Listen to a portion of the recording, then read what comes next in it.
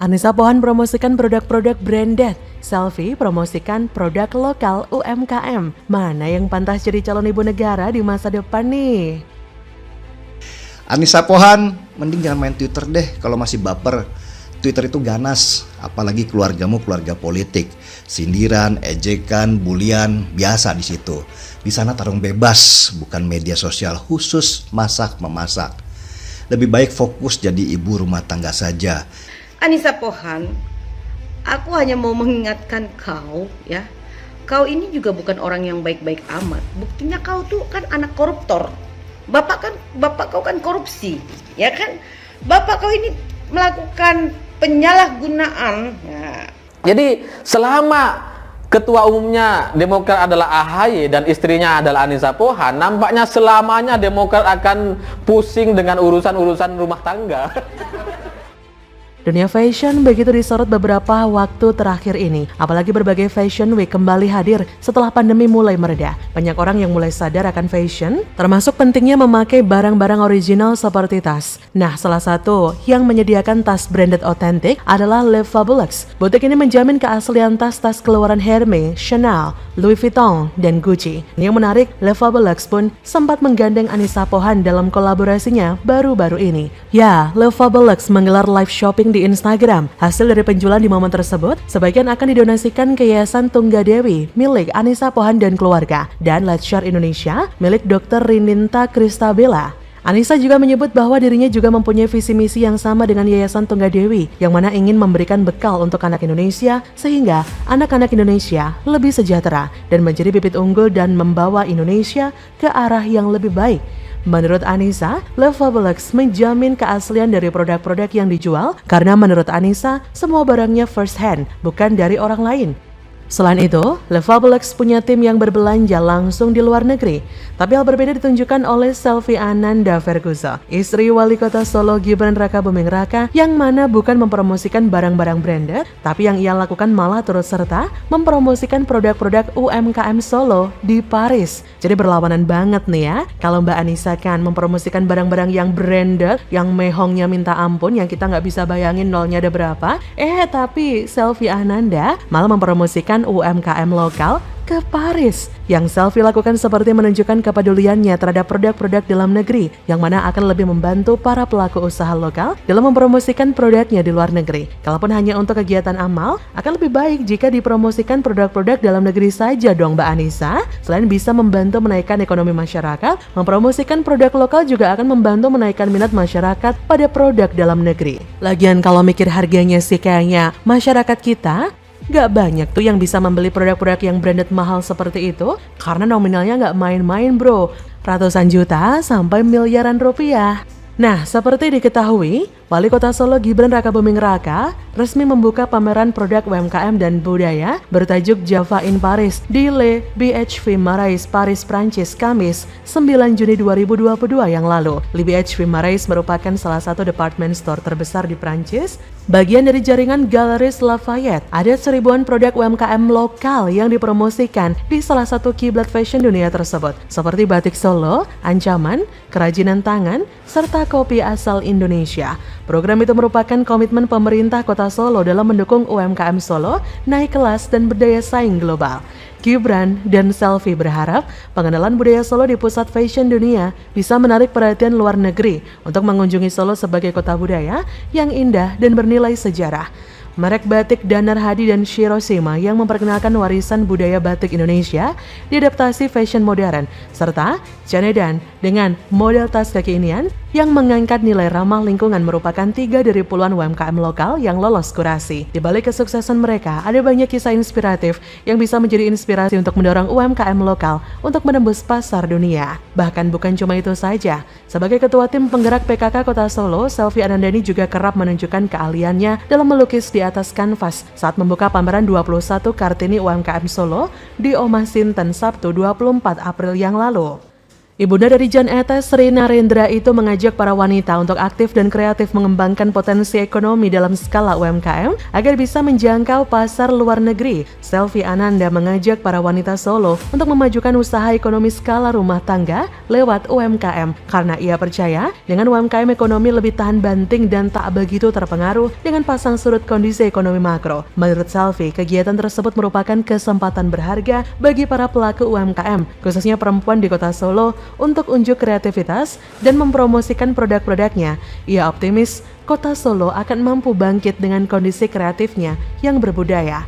Nah, dengan posisi yang strategis, Solo akan menjadi kota transit dan tujuan bagi wisatawan untuk berkunjung ke kabupaten atau kota lainnya. Untuk itu, ia mengajak semua elemen memanfaatkan kesempatan dan keuntungan itu dengan gencar mempromosikan setiap destinasi wisata Solo yang berkultur budaya Jawa, yang adiluhung dan tak ada di daerah lain. So, dapat disimpulkan bahwa dari kedua wanita tersebut kita bisa menilai mana yang benar-benar peduli dengan kesejahteraan rakyat Indonesia dan mana yang cuma memperdulikan kepentingannya sendiri dan golongan yang kaya-kaya itu.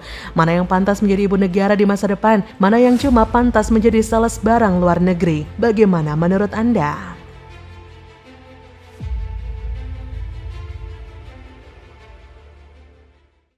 Jokpro, kompori rakyat untuk demo MPR, tuntut Jokowi Presiden 3 periode, hati-hati, mereka ingin jatuhkan Jokowi.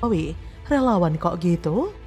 Yang pasti aspirasi masyarakat kan tidak bisa kita larang, karena kita demokrasi. Apapun aspirasi masyarakat, termasuk ketika kami konsolidasi ke bawah, ternyata ada masyarakat, pedagang, petani, nelayan yang menyuarakan itu, yaitu kita harus suarakan.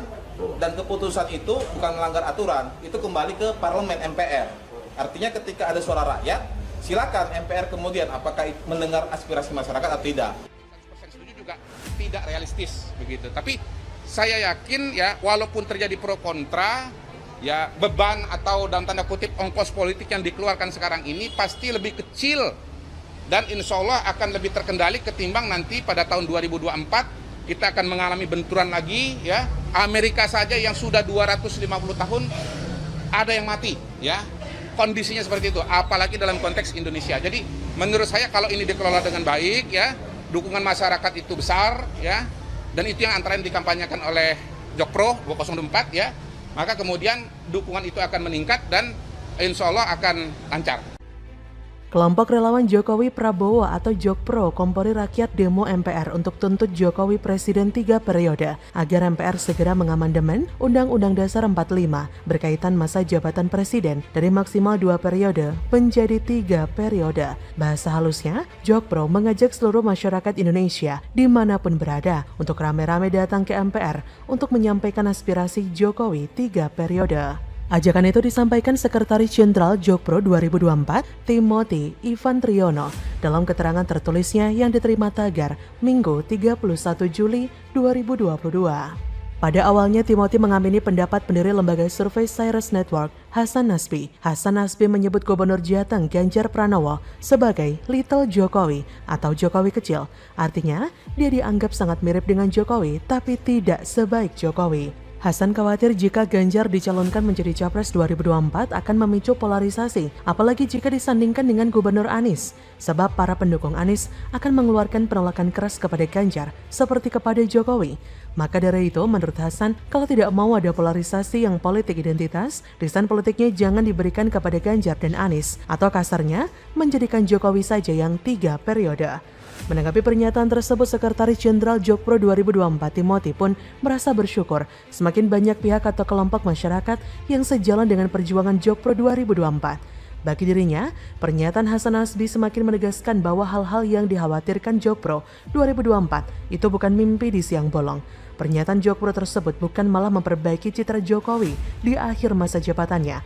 Relawan Jokpro ini seperti sengaja menjadikan citra Jokowi hancur dengan menaikkan isu-isu perpanjangan masa jabatan presiden. Mereka itu relawan, tapi mereka seperti sengaja menjerumuskan Jokowi dengan dalih mencegah polarisasi. Padahal, jika diperhatikan, efek perpanjangan masa periode presiden jika benar-benar terjadi akan juga membuat polarisasi. Bahkan bisa terjadi chaos di perpolitikan tanah air. Sampai saat ini pun Jokowi menentang usulan wacana presiden 3 periode. Jubir Presiden Fajrul Rahman menegaskan bahwa Presiden Jokowi tegas menolak masa jabatan presiden 3 periode. Ia mengatakan Presiden Jokowi patuh kepada Undang-Undang Dasar 1945.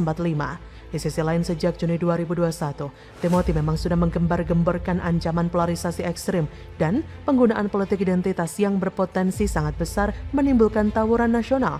Hari-hari ini Pak Jokowi dikocok berkeinginan katanya untuk 3 periode. Lah orang yang ngomong itu yang kepingin sebetulnya. Suatu saat siapa tahu dianya bisa jadi itu ingin 3 periode. Kenapa? Loh, aturan mainnya sudah ada. Memangnya presiden yang bisa terus merubah keputusan secara konstitusi? Kan tidak. Pemilu 2024 dan Jokpro sendiri memasangkan Jokowi dan Prabowo untuk mencegah polarisasi ekstrim karena kami memandang Indonesia saat ini sudah terbelah. Indonesia bagian timur kuat dengan Pak Jokowi, Indonesia bagian barat kuat dengan Pak Prabowo. Di tengah-tengah sudah ada jalur Gaza. Bahkan Timothy sepakat apabila Ganjar Pranowo atau Anies dicalonkan menjadi Capres 2024 akan memicu polarisasi seperti pada 2014-2019. Menurut Timothy, solusi yang paling efektif adalah Jokowi 3 periode berpasangan dengan Prabowo Subianto pada Pilpres 2024 nanti. Timothy menilai kalau Jokowi dan Prabowo berpasangan akan melawan kotak kosong. Ini sangatlah efektif untuk menutup ruang bagi Ganjar dan Anies. Timothy berharap ke depan akan semakin banyak lagi masyarakat yang mengakui masalah polarisasi dan solusi yang ditawarkan Jokpro 2024. Jokowi memang presiden yang memiliki kinerja luar biasa. Jokowi adalah presiden yang tidak haus kekuasaan dan berkali-kali Jokowi mengatakan menolak masa jabatan 3 periode. Jokowi tidak ingin menabrak undang-undang. Jokowi juga tidak ingin mengupayakan mengamandemen undang-undang agar masa jabatan presiden bisa 3 periode. Jokowi sampai menyebut siapapun yang ingin Jokowi lanjut 3 periode sama saja sedang menampar wajahnya serta menjerumuskan dirinya. Jujur saya berkata, apabila saya ditanya inginkan Jokowi 3 periode atau tidak, maka dengan tegas saya akan menjawab sangat ingin. Tapi saya tidak mau melanggar undang-undang pun Jokowi. Maka dari itu sebagai pendukung Jokowi yang militan, saya mengajak untuk berhenti memikirkan dan berharap masa jabatan Presiden Jokowi bisa 3 periode. Sebab harapan ini sama saja mempermalukan Jokowi di muka umum. Kita sebagai pendukungnya mungkin senang ada harapan Jokowi bisa lanjut 3 periode. Namun kita tidak pernah tahu siapa aktor di balik munculnya wacana amandemen itu untuk mengubah masa jabatan presiden menjadi 3 periode. Dan hal tersebut pun bisa menjerumuskan Jokowi. Bagaimana menurut Anda?